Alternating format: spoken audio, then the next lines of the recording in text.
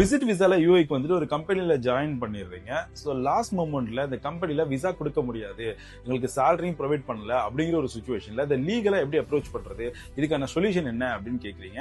இதுக்கான ஆன்சர் தான் இந்த வீடியோ சொல்றேன். வீடியோ ஃபுல்லா பாருங்க. Two follow page.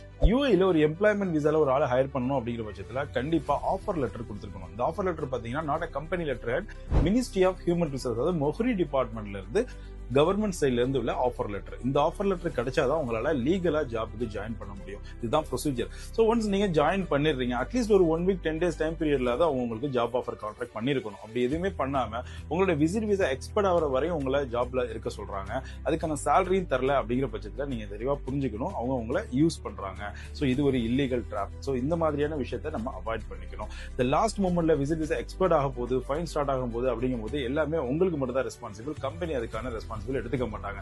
தென் நீங்க லீகலா போயிட்டு கம்ப்ளைண்ட் கொடுக்கறதா இருந்தாலும் மொஹரில உங்களுக்கு எந்த ஒரு கிளைமும் கிடைக்காது. பிகாஸ் விசிட் விசால இருந்து ஒரு ஆள் ஒர்க் பண்ணக்கூடாது.